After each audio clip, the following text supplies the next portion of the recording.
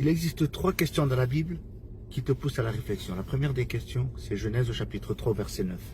Et Dieu dit à Adam, pendant qu'il est dans le jardin, une fois que l'homme a péché, Genèse chapitre 3, verset 9, Dieu va parler, va lui dire, où es-tu? C'est important. Où es-tu? Dans Genèse au chapitre 4, verset 9, Dieu va parler à Caïn et va lui dire, où est ton frère Abel? Ça, ce sont 2 questions très importantes. La première, quand il est dit, où es-tu? C'est une question qui est personnelle. Et si le Seigneur te poserait la question ce matin, ce soir, ou quand tu regardes la vidéo, où es-tu? Est-ce que tu continues à prier? Est-ce que tu continues à lire? Est-ce que tu continues tes jeûnes et prières? Est-ce que tu continues ta mise à part, à chanter des cantiques à la gloire de Dieu? Où es-tu? Ça, c'est personnel. Mais aussi, la Bible dit dans Genèse chapitre 4, verset 9, où est ton frère Abel? Et là, ce n'est plus une question personnelle. C'est une question pour le prochain. Est-ce que tu te préoccupes de ton église? Est-ce que tu pries pour ton église? Est-ce que tu prends soin de ton église?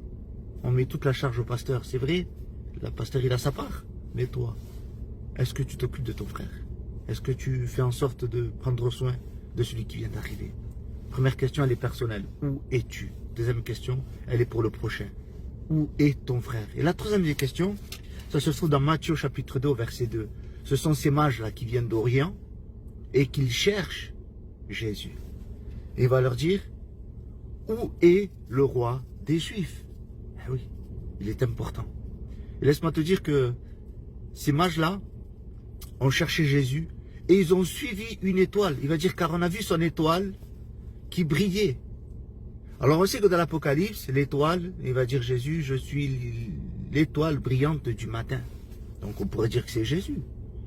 Mais la Bible dit, lorsque l'Éternel Dieu parla à Abraham, il va dire ta postérité sera semblable et il va lui donner 3 points.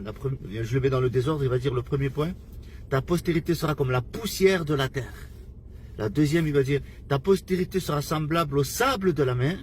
Et la troisième image, ta postérité sera semblable aux étoiles du ciel. Qu'est-ce qu'il est parlé quand il parle d'étoiles? La Bible dit, Jésus nous dira à chacun d'entre nous, il va dire, je suis la lumière du monde. Jésus est la lumière du monde, ça on le sait. Mais Jésus va dire aussi, vous êtes la lumière du monde. Et les mages ne savaient pas où était Jésus. Et qu'est-ce qu'ils ont suivi? Ils ont suivi l'étoile, telle cette lumière-là qui brille. Elle n'éblouit pas. Elle n'est pas là pour faire du mal. Elle est là pour éclairer. Et l'Église doit être celle qui éclaire. Et où a mené cette étoile? Elle a mené au lieu où était le Christ. C'est-à-dire que l'Église doit être le panneau, l'endroit, la lumière qui mène à Christ. Alléluia. C'est important les frères. Première question, où es-tu? Où est ton frère? Et où est le roi des Juifs? Que Dieu vous bénisse.